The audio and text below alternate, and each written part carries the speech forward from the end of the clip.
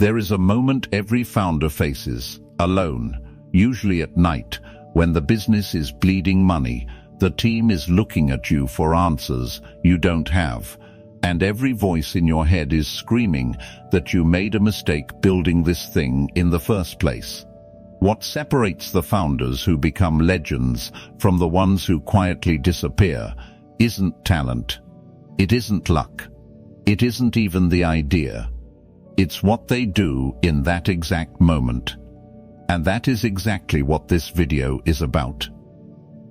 Not motivational fluff. Not another list of hustle harder nonsense you've heard 1,000 times. We are going deep into 13 things the greatest founders in history have done differently, and how an ancient system of thought called Stoic philosophy quietly built some of the most powerful empires in business history. If you clicked on this because you are building something right now and you feel like you are the only one carrying the weight, stay with me until the end. Because by the time this video is over, you are going to look at pressure, failure, and fear in a way you never have before. This is Stoic philosophy for business empire building, and it starts right now. Number 1. Great founders separate what they control from what they don't. This single idea, more than any other, is the foundation stone of Stoic thought. Over 2,000 years ago, a philosopher named Epictetus, a man who was once literally enslaved and still managed to build one of the most influential minds in history, taught something brutally simple. Some things are within your power. Your effort, your decisions, your reaction. Everything else, the market, your competitors, the economy, other people's opinions of you, is not. Most people never build anything great because they spend 90% of their energy fighting things they cannot change. A founder who has internalized this Stoic principle does not waste a single ounce of emotional energy on a competitor's funding round, or a customer who left a nasty review, or an investor who passed. He asks one question: what is in my control right now? And then he moves. This is not detachment. This is precision. Every hour you spend raging at something outside your control is an hour stolen from the one thing that could actually save your company. Number 2. Great founders treat obstacles as instructions, not accidents. Marcus Aurelius, a Roman emperor who ran one of the largest empires the world has ever seen while writing private notes to himself at night, wrote something that has quietly become one of the most repeated ideas in modern business circles. The obstacle in the path becomes the path. Read that again. Not the obstacle blocks the path. The obstacle becomes the path. When a founder's product gets copied by a bigger competitor, when a key employee walks out the door 2 weeks before a launch, when a factory shuts down and the entire supply chain collapses overnight, most people see disaster. A Stoic-minded founder sees information. The problem is not standing between you and the goal. The problem is showing you exactly where the goal actually is. This reframe alone has saved companies from folding. Instead of asking, "Why is this happening to me?" the question becomes, "What is this forcing me to build that I would have never built otherwise?" Number 3. Great founders master their emotions before they master their market. Here is something almost nobody talks about when they teach entrepreneurship. Before you can read a market, price a product, or negotiate a deal, you have to be able to sit across from someone who just told you no, and not let that no control your next decision. Seneca, one of the wealthiest men in Rome and one of the sharpest minds Stoicism ever produced, wrote extensively about anger, describing it as a temporary madness. A founder who explodes at a missed deadline, who sends an angry email at midnight, who makes a firing decision out of frustration instead of clarity, is not leading. He is reacting. And reaction is the opposite of strategy. The founders who build empires learn to create a gap between what happens and how they respond. That gap is where every good decision is actually made. Skip the gap, and you are simply a passenger in your own company, being thrown around by whatever happened 5 minutes ago. Number 4. Great founders rehearse disaster before it happens. There is a Stoic practice called premeditatio malorum, the premeditation of evils. It sounds dark. It is actually one of the most practical business tools you will ever hear about. The idea is simple. Before a launch, before a major hire, before signing a contract that could make or break the quarter, a Stoic-minded founder sits down and asks, what is the worst realistic outcome here? Not to spiral into fear. To prepare for it in advance, calmly, with a clear head, instead of in the middle of a crisis with adrenaline flooding the system. Founders who skip this step are the ones who get blindsided. Not because bad things happen to them more often. Bad things happen to everyone. They get blindsided because they never once let themselves imagine it could happen, so when it does, panic takes over instead of a plan. The founders who last decades in business are not the ones who assumed everything would go right. They are the ones who already knew exactly what they would do if it went wrong, long before it ever did. Number 5. Great founders build identity from actions, not outcomes. This is where a lot of driven, ambitious people quietly fall apart, and almost nobody warns them about it. If your entire sense of self is tied to whether the company succeeds this quarter, you will not survive the inevitable years where things do not go your way. Stoic philosophy draws a hard line here. You do not control whether the deal closes. You do not control whether the algorithm favors your product this month. You control whether you showed up, whether you did the work with integrity, whether you kept your word to your team even when it cost you something. A founder who ties his identity to outcomes will feel like a genius during the good quarter and a fraud during the bad one, and that emotional whiplash will eventually destroy his judgment. A founder who ties his identity to his actions stays remarkably steady in both. This is not a small mindset shift. This is the difference between a founder who burns out in year 3 and one who is still standing, calm and sharp, in year 20. Now, everything you have heard so far is just the beginning. The next 8 things separate founders who survive from founders who actually build something that outlasts them. And some of what is coming is going to be uncomfortable to hear if you have been running your business on pure emotion. But before we go further, I want to know you are actually here with me, not just half listening in the background. Number 6. Great founders separate their worth from the noise around them. Every founder who has ever built something worth noticing eventually hits the same wall. People start having opinions about you. Some of them love you. Some of them cannot stand you. Reviews get harsh. Comment sections turn ugly.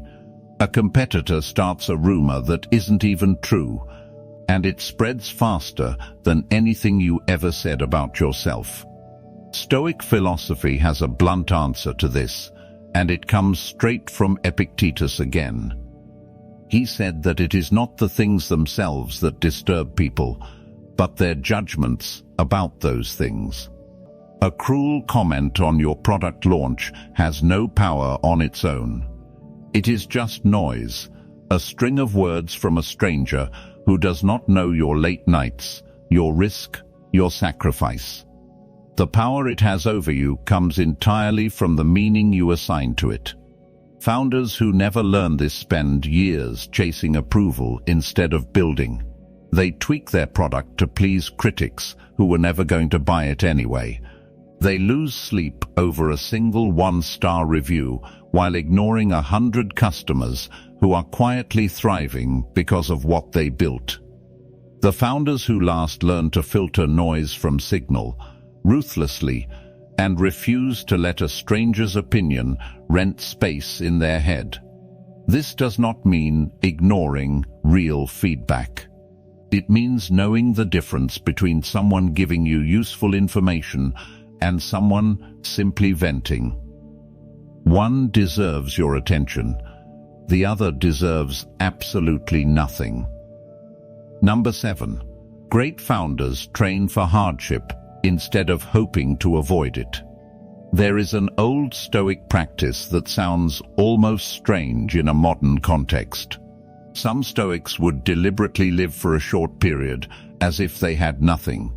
Simple food, no comfort, no luxury, not out of misery, but to prove to themselves that they could survive without the things they were used to. Translate that into business, and you get something powerful. A founder who has never experienced real scarcity panics the first time revenue drops. A founder who has deliberately tested his own limits, who has run lean on purpose, who has asked himself, what would I do if this all disappeared tomorrow, does not panic in the same way when it actually happens. This is why so many of history's most resilient founders came from nothing, or deliberately put themselves through hard seasons even after they had money. Comfort is not the enemy of success, but untested comfort is dangerous, because the first real crisis exposes exactly how much of your confidence was built on convenience rather than capability. Train yourself for hard seasons before they arrive. The founders who built empires were rarely the most talented in the room. They were simply the ones least shaken when everything fell apart. Number 8. Great founders act with reason, not with the crowd. Somewhere along the way, business became obsessed with consensus, trends, what everyone else is doing, what the industry says is the right move this year. Stoic thought pushes hard against this instinct, and for good reason. Marcus Aurelius wrote about the difference between living according to nature and reason, versus living according to the opinions of the crowd. In business terms, this becomes a simple but uncomfortable question. Are you making this decision because it is genuinely right for your company, or because everyone else in your space is doing it and you are afraid of being left behind? Some of the most important business decisions in history looked insane at the time they were made. They ignored the crowd completely, not out of arrogance, but because the founder trusted his own reasoned judgment over the noise of an industry chasing the same idea everyone else was chasing. This is one of the hardest Stoic principles to actually apply, because going against the crowd is uncomfortable. It invites criticism. It invites doubt, sometimes even from people close to you. But the founders who build something that actually lasts are rarely the ones copying the last winning playbook. They are the ones quiet enough and disciplined enough to trust their own reasoning even when it is lonely. Number 9. Great founders practice restraint when everyone else is panicking. There is a specific kind of moment every founder eventually faces. Something goes wrong fast. A server crashes during a launch. A partner backs out of a deal at the last minute. Money that was supposed to arrive does not show up. In these moments, the entire team is watching the founder, even if nobody says it out loud, waiting to see how he reacts. This is where Stoic training becomes almost like armor. The philosophy is not about suppressing emotion. It is about not letting emotion drive the car. Seneca described the wise man as someone who feels the sting of misfortune but does not let it control his actions. That distinction matters enormously in a crisis.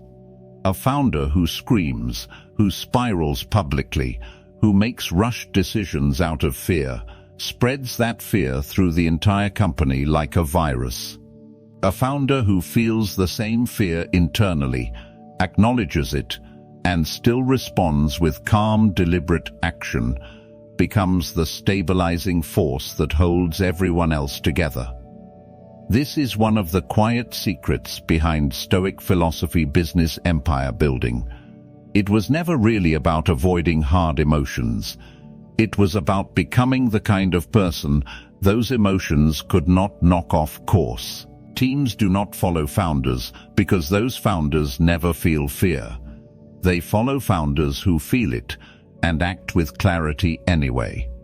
Think about the founders you admire most. Chances are, what made you respect them was not a moment when everything was going perfectly.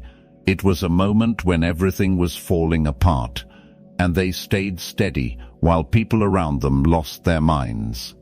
That steadiness is not a personality trait some people are born with and others are not. It is trained. Deliberately, repeatedly, the same way an athlete trains a muscle. Every time you choose calm over panic in a small crisis, you are building the exact capacity you will need for the massive crisis waiting for you somewhere down the road. The one you cannot predict yet, but absolutely will face if you stay in this long enough.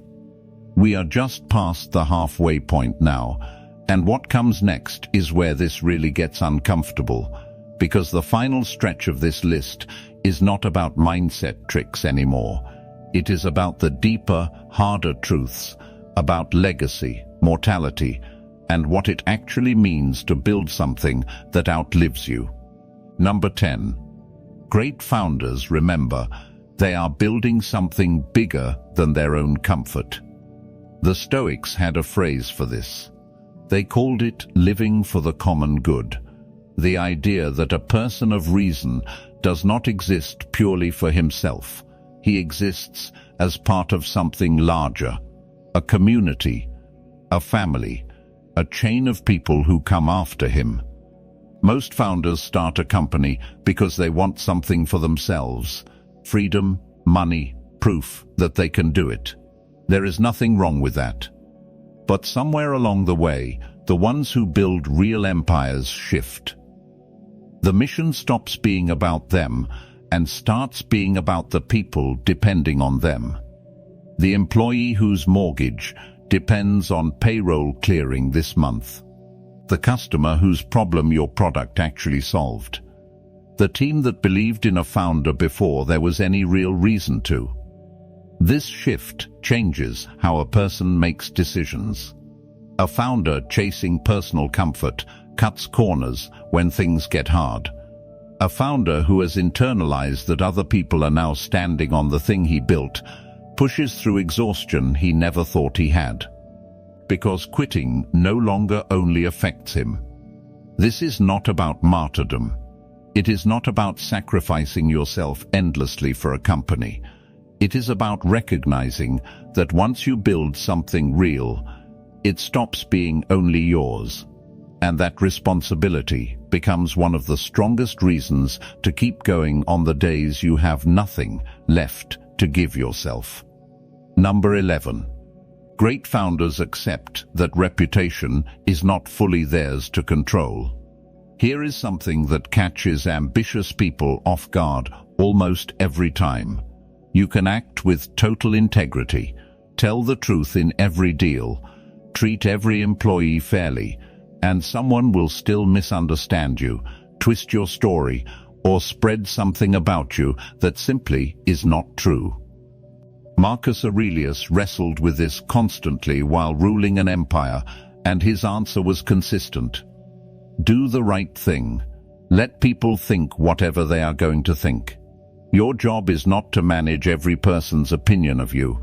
Your job is to be someone worth respecting, whether or not that respect is ever given back. Founders who never accept this spend enormous energy trying to control their image, chasing good press, obsessing over how they are perceived in rooms they are not even in. It is exhausting, and worse, it is impossible. You cannot control another person's mind. You can only control whether your own actions would hold up if every one of them were made public tomorrow. The founders who build lasting empires stop asking what will people think and start asking, is this the right decision? Those two questions sound similar. They are not. One leads to a life spent managing perception. The other leads to a life spent actually building something worth being perceived accurately. Number 12. Great founders treat every day as if it could be their last useful one. This sounds heavy, and it is meant to. The Stoics were obsessed with mortality, not because they were morbid, but because they understood something most people spend their whole lives avoiding. None of us know how much time we actually have. Marcus Aurelius wrote to himself constantly about death, not to frighten himself, but to strip away everything unimportant and focus only on what actually mattered, while there was still time to act on it. Apply that to building a company, and it becomes a strange kind of clarity. If you knew this was your last year in business, would you still spend it chasing vanity metrics nobody remembers in 5 years? Would you still avoid the hard conversation with a co-founder that has been sitting unresolved for months? Would you still delay launching the thing you have been perfecting quietly for 2 years because it is not flawless yet? Most founders operate as if they have unlimited time. Unlimited quarters to fix what is broken. Unlimited years to finally have the conversation they are avoiding. The Stoics would tell you that this assumption is the single most dangerous thing you can believe, because it gives you permission to delay the things that actually matter in favor of the things that only feel urgent. The founders who build empires that outlast them are not necessarily the ones with more time. They are the ones who acted as if their time was already limited and built accordingly, with urgency, honesty, and a refusal to waste years chasing things that would not matter at the end. Number 13. Great founders build for what comes after they are gone. This is the final one, and it might be the heaviest of all. Every founder eventually has to face a question that has nothing to do with quarterly growth or product roadmaps. What happens to this thing after I am no longer the one running it? Seneca wrote something that has stayed relevant for 2,000 years. He said that we are not given a short life, but we make it short through how we waste it. Empires, real ones, the kind that outlast a single lifetime, are built by founders who stopped thinking only about the next launch and started thinking about the next generation. They wrote the values down instead of keeping them only in their own head. They trained people who could carry the mission forward without needing to be told every single move. They built something that did not collapse the moment they stepped away, because they never confused themselves with the mission itself. This is the hardest shift of all, because it requires a kind of humility most driven, ambitious people fight against instinctively. It means accepting that the company was never really about you. It was about something you were lucky enough to be the one who started it. So here is what all 13 of these ideas are actually pointing toward, if you strip away everything else. Stoic philosophy business empire building was never about becoming emotionless, or cold, or detached from the people around you. It was about becoming the kind of person who could carry weight without being crushed by it. Someone who could feel fear and still act. Someone who could take a hit in public and not let it rewrite who he was in private. Someone who understood that the goal was never comfort. The goal was building something true and strong enough to survive long after the founder who built it had moved on. Every founder reading this right now is somewhere in the middle of their own story. Maybe you are in the hard season. The one where nothing is going the way you planned and you are questioning whether any of this was worth it. Maybe you are early, still building, still hopeful, still unsure if you have what it actually takes. Wherever you are, the 13 things in this video are not tricks. They are not shortcuts. They are the quiet discipline that separates the founders history remembers from the ones history forgets. And that discipline is available to anyone willing to actually practice it. Starting today. Starting with the very next decision you make. If this video gave you something to think about, something worth carrying into whatever you are building right now, do us a favor. Hit that like button so more founders out there struggling in silence can find this. Subscribe to Stoic Founder if you want more of this. Real philosophy applied to real business. No fluff, no shortcuts. And share this with the one person in your life who is building something hard right now and needs to hear that the weight they are carrying is not a sign they are failing. It is the exact thing that is shaping them into someone strong enough to carry it.